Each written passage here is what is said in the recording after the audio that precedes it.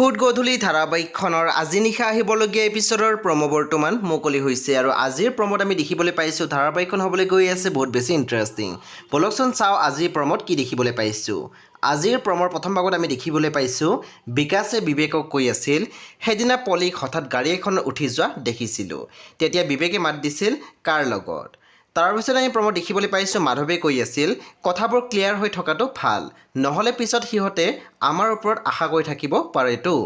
তাৰপিছত আমি প্ৰম'ত দেখিবলৈ পাইছোঁ বিবেকে পুনৰ কৈ আছিল তাই এটা সময়ত মুখ হেৰুৱাই বহুত বেয়াকৈ কান্দিব, দেখিছোঁ নহয় তাইৰ মুখখন শুকাই আছে।